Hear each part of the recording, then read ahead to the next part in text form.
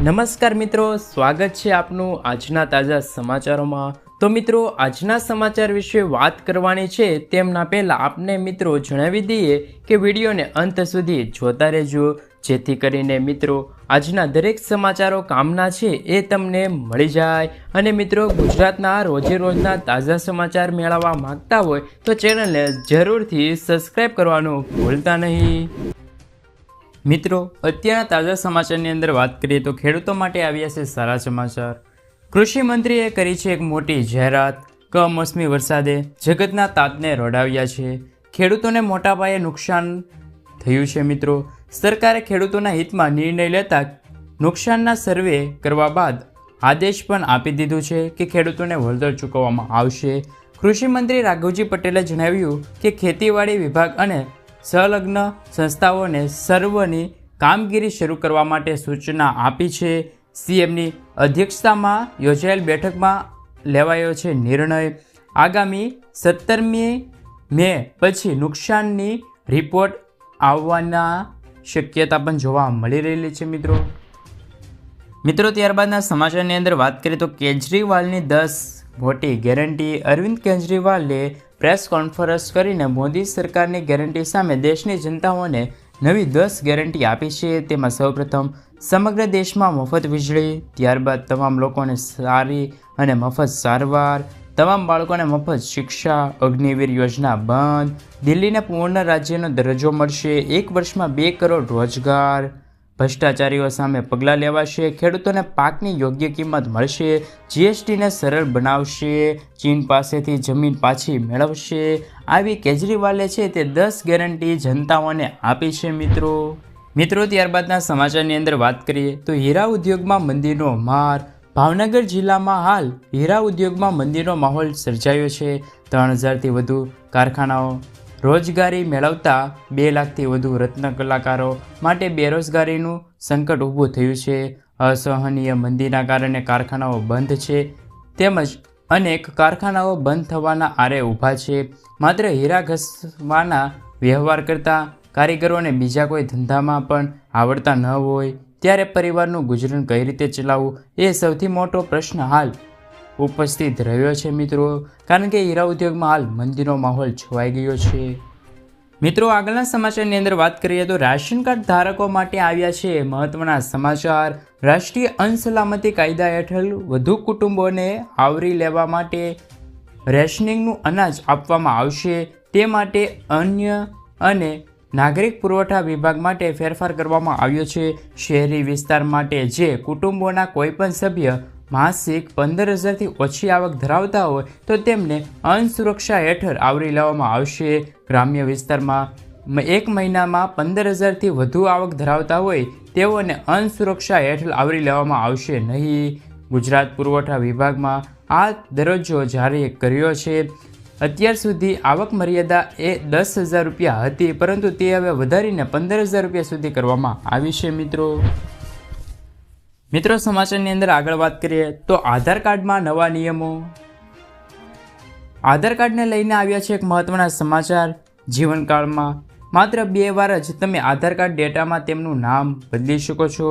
કોઈપણ વ્યક્તિ તેમના આધાર કાર્ડમાં માત્ર 1 જ વાર જન્મ તારીખ અપડેટ કરાવી શકે છે। આધાર કાર્ડમાં માત્ર 1 જ વાર જાતિ અપડેટ કરી શકો છો મિત્રો। બીજી તરફ આધાર કાર્ડમાં રહેઠાણનું સરનામું અપડેટ કરવા માટે કોઈપણ પ્રકારની મર્યાદા નથી। કોઈપણ વ્યક્તિ જો આધાર કાર્ડમાં ફોટો અપડેટ કરવો હોય તો તે માટે કોઈ મર્યાદા પણ નથી। તમે ગમે તેટલી વાર છે તે તમે પોતાનું સરનામું અને પોતાનો ફોટો છે તે ચેન્જ કરી શકો છો મિત્રો ત્યારબાદના સમાચારની અંદર વાત કરીએ તો ખેડૂતો સાવધાન થઈ જજો। હવામાન વિભાગની આગાહી અનુસાર સૌરાષ્ટ્રમાં અમુક વિસ્તારમાં આગામી 5 દિવસ સુધી ગાજવીજ સાથે વરસાદ પડવાની સંભાવના છે।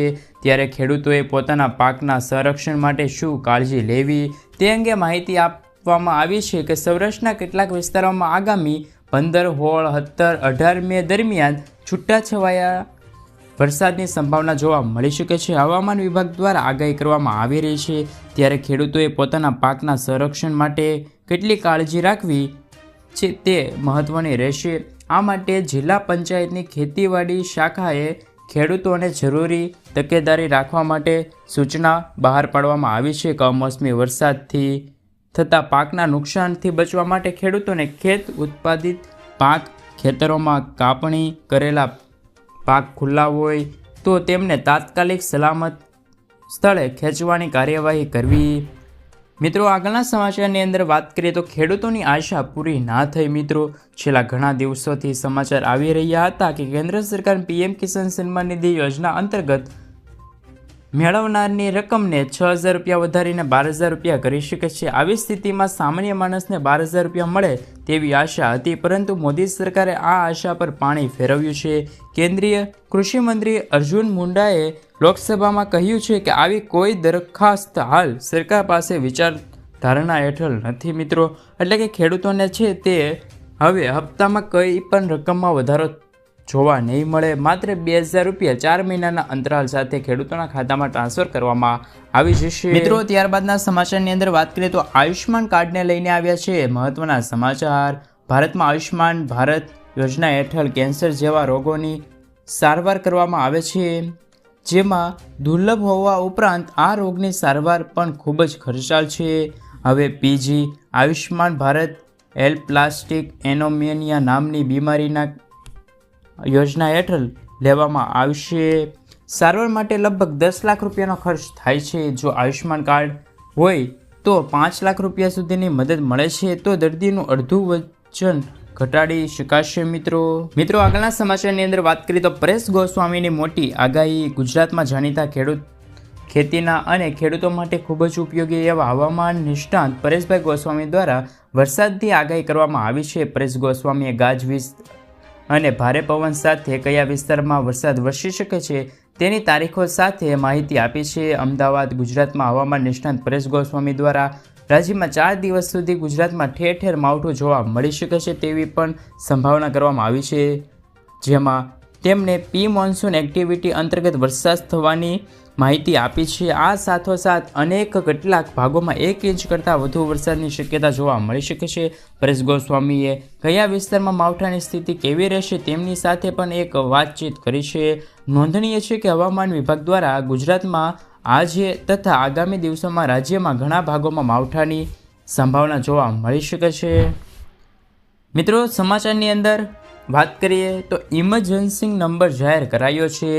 ગુજરાત સરકારે બજેટ રજૂ કર્યું ત્યારે નાણાં મંત્રીએ એક મહત્વની જાહેરાત કરી, જે અનુસાર હવે એક નંબર 112 ઉપર પોલીસ, ફાયર બ્રિગેડ, બીજી ઇમરજન્સી સેવા ઉપલબ્ધ થાય તે માટે કેન્દ્રીય યુક્ત વ્યવસ્થા ચાલુ કરવામાં આવે છે.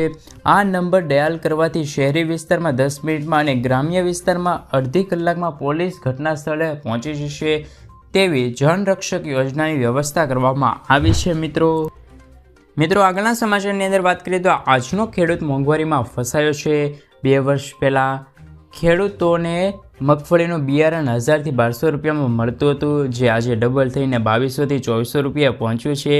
તેવી જ રીતે 2 વર્ષ પહેલાં 1 હેક્ટર જમીન ખેડવાના રૂપિયા પ્રતિ કલાકે 800 રૂપિયા હતા, જે હાલના ભાવમાં પણ વધારો જોવા મળ્યો છે. મિત્રો, વધુમાં 2 વર્ષ પહેલાં પ્રતિ દિવસે ખેત મજૂરીનું વેતન 150થી 200 રૂપિયા હતું, જે આજે 250થી 300 રૂપિયા પહોંચ્યું છે. રાસાયણિક દવા ખાતરો 2 વર્ષ પહેલાં અને આજની કિંમતોમાં 30% વધારો જોવા મળ્યો છે. આમ વધતી જતી મોંઘવારીના કારણે દિવસે ને દિવસે ખેડૂત દેવાદાર બનતો જાય છે. મિત્રો, આગળ વાત કરીએ તો આ યોજનામાં 15,000 રૂપિયાની સહાય વડાપ્રધાન નરેન્દ્ર મોદીએ કારીગરો, સુથારો, સુવર્ણકારો, લુહાર, ચણતર વગેરે માટે વિશ્વકર્મા કૌશલ્ય સન્માન યોજનાની શરૂઆત કરી છે. સરકાર આ યોજના હેઠળ આવતા તમામ લોકોને 3 લાખ રૂપિયા સુધીની લોન આપે છે. આ લોન માત્ર 5% વ્યાજે મળે છે. મિત્રો, તમને જણાવી દઈએ કે માત્ર આ યોજનામાં પથ્થરની કોતરણી કરનાર શિલ્પ કલાકારો, ભાઈઓ અને નાવિકોને લગતા 18 ક્ષેત્રોમાં સમાવેશ કરવામાં આવે છે. મિત્રો, આ યોજનાનો જેમાં છે તેમને 15,000 રૂપિયાની વાર્ષિક સહાય આપવામાં આવે છે, એટલે કે વર્ષે 3 લાખ રૂપિયાની સહાય આપવામાં આવે છે. મિત્રો આગળના સમાચારની અંદર વાત કરીએ તો તોફાન સાથે ભારે વરસાદની આગાહી. હવામાન વિભાગની આગાહી વચ્ચે આજે દાહોદમાં વરસાદ વરસ્યો છે. દાહોદ જિલ્લામાં વાતાવરણમાં અચાનક પલટો આવતા વાદળછાયું વાતાવરણ જોવા મળ્યું છે. વરસાદ વરસ્યો હતો, જેમાં લીંબડી, દેપાડા સહિત વિસ્તારમાં ભારે વરસાદ સાથે પવન પણ ફૂંકાયો હતો. વરસાદના કારણે વાહન ચાલકો અને લોકોને હાલાકી ભોગવવાનો વારો આવ્યો છે. વરસાદના કારણે દક્ષિણ ગુજરાતમાં કેરીના પાકને ખૂબ જ પ્રમાણમાં નુકસાન થયું છે, સાથે ખેડૂતોને રોવાનો વારો આવ્યો છે. મિત્રો આગળના સમાચારની અંદર વાત કરીએ તો આજના મુખ્ય ખેડૂત સમાચારની અંદર વાત કરીએ તો મ્યાનમારમાં આગાહીકારે જણાવ્યું કે દેશમાં 9 થી 14 જૂન વચ્ચે ચોમાસું પહોંચવાની આગાહી કરવામાં આવી છે. બંગાળની ખાડીમાં વિક્ષોભના કારણે ચોમાસું મોડું આવવાની સંભાવના છે. ધાણાની બજારમાં નાણાકીય ફાયદો થયો છે. મિત્રો સફેદ તલના ભાવ મને 60 રૂપિયાનો વધારો થયો છે. જીરુની બજારમાં ભાવ વધઘટ જોવા મળી છે. બે તરફ અઠવાડિયાતા ભાવ નવી ડુંગળીના આવકમાં પણ વધારો થયો છે. મિત્રો જે સુધારો થાય તેવા પણ સમાચાર મળી રહ્યા છે. મિત્રો આગળના સમાચારની અંદર વાત કરીએ તો કોંગ્રેસ સરકારની નવી ગેરંટી જાહેર કરી છે. લોકસભા ચૂંટણી 2024 માટે ત્રીજા તબક્કાનું મતદાન 7 મેના રોજ સમાપ્ત થઈ રહ્યું છે. બાકીના 4 તબક્કા માટે મતદાન થવાનું બાકી છે. તે પહેલાં રાજકીય પક્ષોના મતદાનના રીઝવાના વિવિધ વચનો આપી રહ્યા છે. આ ક્રમમાં કોંગ્રેસના પૂર્વ અધ્યક્ષ રાહુલ ગાંધીએ કહ્યું છે કે કોંગ્રેસ સરકાર સત્તા ઉપર આવે તો પહેલાં 80 દિવસમાં 30 લાખ લોકોને નોકરી આપવામાં આવશે. સોશિયલ મીડિયાના પ્લેટફોર્મ પર એક વિડીયો શેર કરતાં તેમણે કહ્યું છે કે દેશના યુવાનો 4 જૂને ઇન્ડિયાની સરકાર બનવા જઈ રહી છે અને અમારી ગેરંટી છે કે 15 ઓગસ્ટ સુધીમાં 30 લાખ ખાલી સરકારી જગ્યાઓ પર ભરતીનું કામ પૂરું થઈ જશે. મોદી સરકારે ખોટા પ્રવચનોથી વિચલિત ન થાઓ, તમારા મુદ્દાઓ વળગી રહો, ઇન્ડિયાની સાંભળો, નફરત ન કરો, નોકરી પસંદ કરો. તેમણે વધુમાં કહ્યું છે કે નરેન્દ્ર મોદીએ તેમને કહ્યું હતું કે 2 કરોડ યુવાનોને રોજગાર આપશે. તેમણે જૂઠું બોલ્યા છે, નોટબંધી કરી છે, ખોટા GST લાગુ કર્યા છે અને અદાણી જેવા લોકોના તમામ કારણો પૂર્ણ કર્યા છે. 4 જૂને ઇન્ડિયા સંગઠન સરકાર આવશે અને 15 ઓગસ્ટ સુધીમાં 30 લાખ લોકોને છે તે બેરોજગારીનું સપનું સાકાર થશે.